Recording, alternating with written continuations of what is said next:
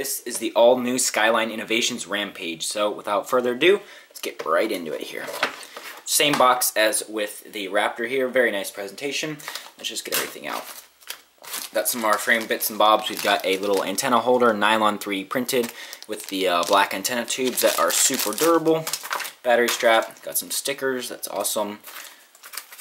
And we got a little battery pad for non-slip, another frame piece, and a couple pieces of frame hardware. Not too much hardware here.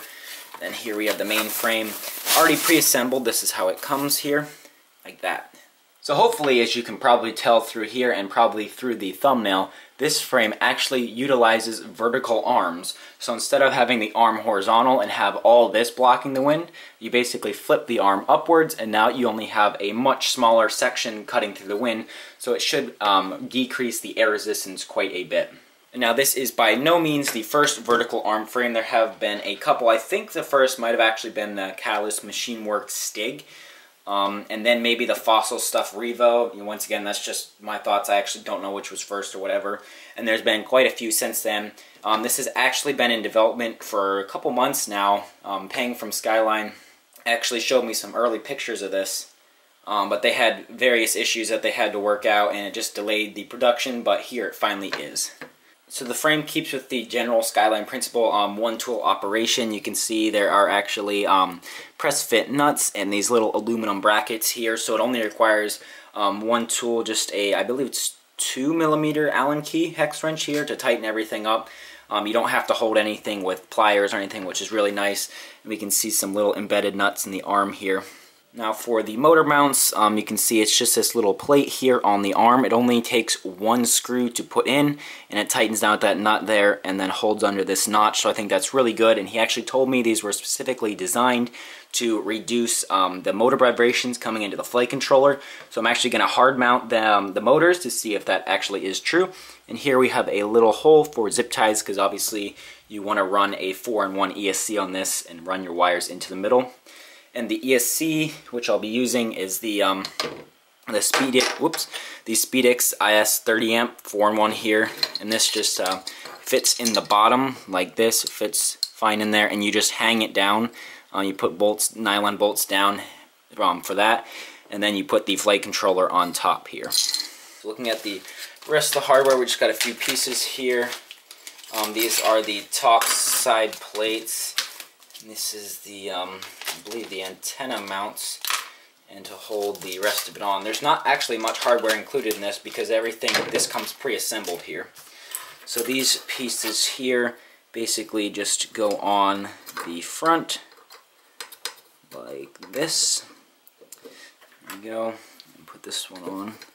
You just slot in, and there's other hardware to hold it in, but just to give you a general idea, that's what's going to look like there. So you can see it's been tuned so when it's flying forward at an angle to have the most aerodynamic profile as possible. He showed me a lot of simulations, so that's pretty neat there. And I'm not exactly sure how, but I'm fairly confident that this piece here holds the front in, and then this will probably slot into the back for your video transmitter to screw into. You also get one of these battery pads, which are awesome. I used these before. Get it out, stick into the bag. It's really sticky, so when you put it on here, your battery sticks really well to it, and it's not going to go anywhere. And you also get one of these battery straps, which again I've used before, and these are also really well built straps, really good quality. They got sort of rubberized back on them. Nice plastic bracket, good stitching, and they're really tough. I haven't broken one yet, and they really do grip the battery well. They're some of my favorite straps.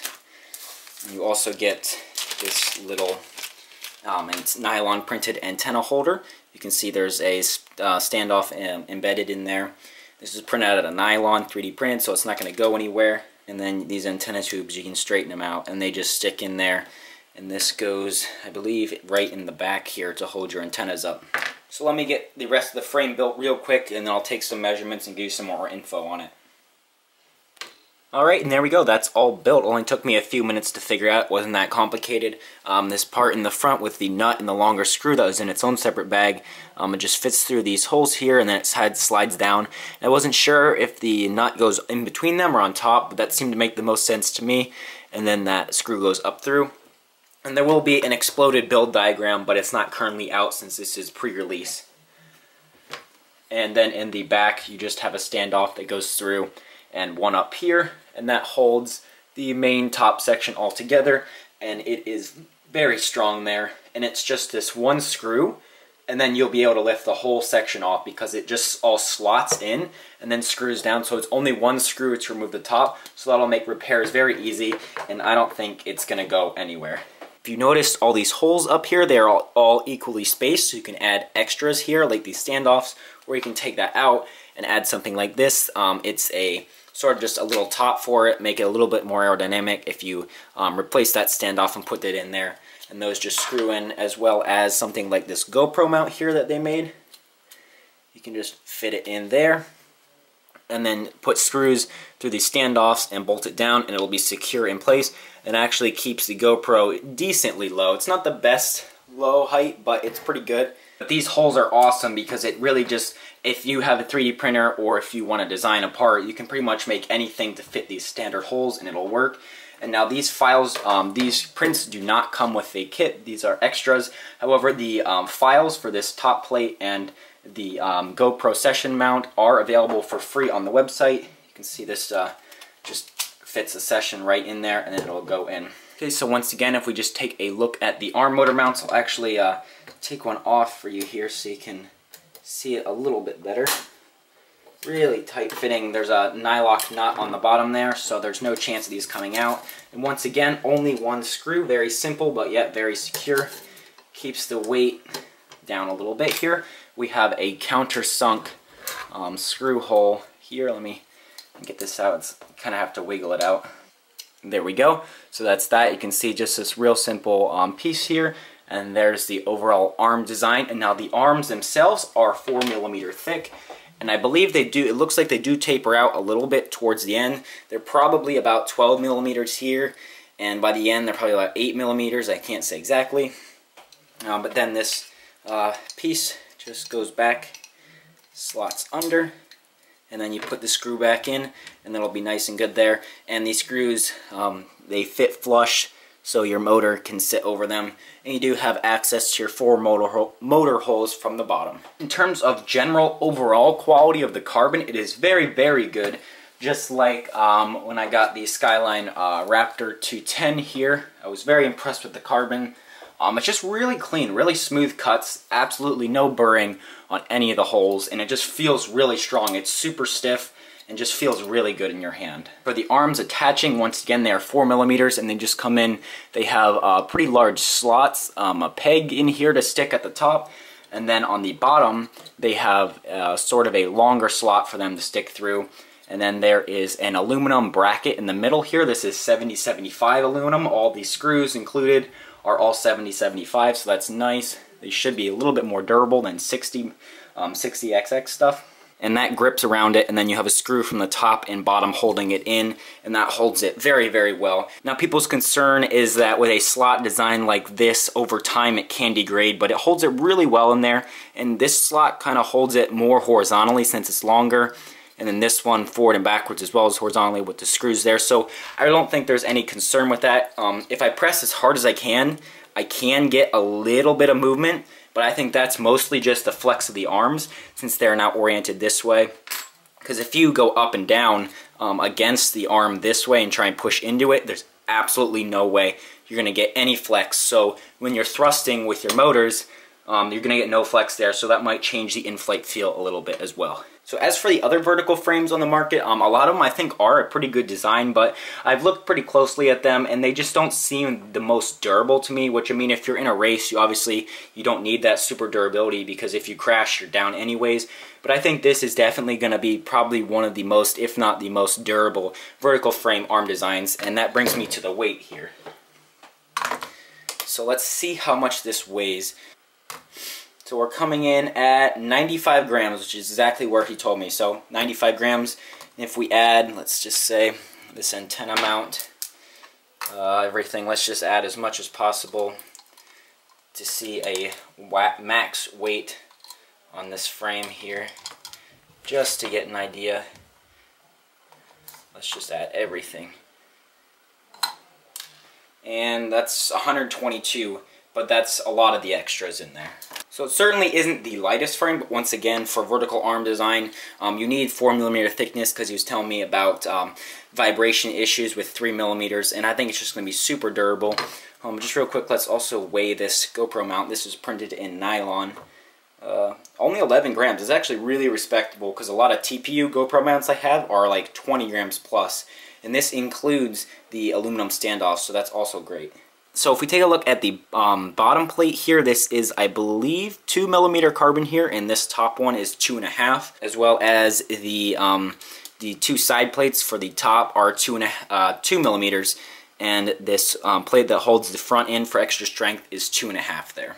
Now the price on this frame, since it is pre-release, is not actually out yet, but it should be around $80, something like that. But there will be a pre-order link in the description below. Now for the electronics on this build, I will be using the Emax red bottom, the RS2306 2400 kV motors. You can't really see it, but you guys know what they are. They're not that new, but these should be awesome for this. Since it's a little bit heavier weight, obviously I don't want to go with the 2750 kV. Like I showed you a few minutes ago, I'll be using the SpeedX IS30 41 ESC. Very excited to try this out. And once again, the Furious FPV Radiance, which is probably my new favorite flight controller, because it's got 5 and 12 volts on board. For the camera, it'll be the Foxier Monster. Now this is the V1, it's not the V2, but still interested to try it out with a CMOS camera and see what kind of quality we get out of that there. And for the video transmitter, it's the FX799T, 200 milliwatt, not switchable, but they're pretty good video transmitters, and the Emax Pagoda antenna on top there. Now, in case you didn't see earlier, like I said, the this mounting plate in the back for the video transmitter, this can just go in. It's specifically designed for this style with a bulkhead, and then you just put the, you tighten down the nut on the other side, and then that'll allow your antenna to sit out the back here. It's got a little bit of a downward angle. Let me see if I can get this here so you can see there. But it doesn't hit the ground with a stubby antenna like this, and the props clear it easily. If we measure the motor-to-motor distance front to back, we're coming in at about 160 millimeters, and side to side here we're coming in at about 150. So it is a little bit of a Stretch X quad, which is nice because when you're flying forward, that gives you more separation between the front and back motors, which keeps the prop wash from the front motors away from the back ones as much as possible. And it's pretty much the preferred configuration of today, the Stretch X frame. Now I don't have any of the mounting hardware up with me, as well as I already have this assembled. I don't want to take it apart yet. But if we take a look at the camera and position it just about where it would be, we can see that this carbon here is actually going to protect the lens. And this Monster V1 is a little bit of a shorter camera, I think. So your lens might stick out a little bit, but it is nice to see there is some camera front protection for hitting stuff like we all do. So yeah, that's the Skyline Rampage. It'll be pretty interesting to see just how this thing builds up and flies. I'd imagine the build would be pretty easy because all you have to do is take these 4 screws out, and you can remove this bottom plate, so that way you have access to the 4-in-1 ESC underneath here. You put the solder pads downwards, so that way you can just solder everything right up there, and then you can put this plate back on to tighten it up, because the arms won't fall out because they're held from the top as well. And once again, like I said before, it's not really the lightest frame. Obviously at 95 grams it could shed probably about 20 grams, but then you're getting into the realm of making it a lot weaker, and the Skyline frames are meant for a more general audience, more beginners, so a little bit heavier but with a lot more durability is probably a win. So yeah, that was the end of the video. There will be a link down below for the pre-order of this, since it is not out, but it should be out very soon. The aluminum spacers are the part that's actually holding the production of this up, so these should be in soon. I can't wait for the build videos on this with these components. I'm very excited. Let me know what you think of it down below. Please subscribe, and I'll see you in the next video.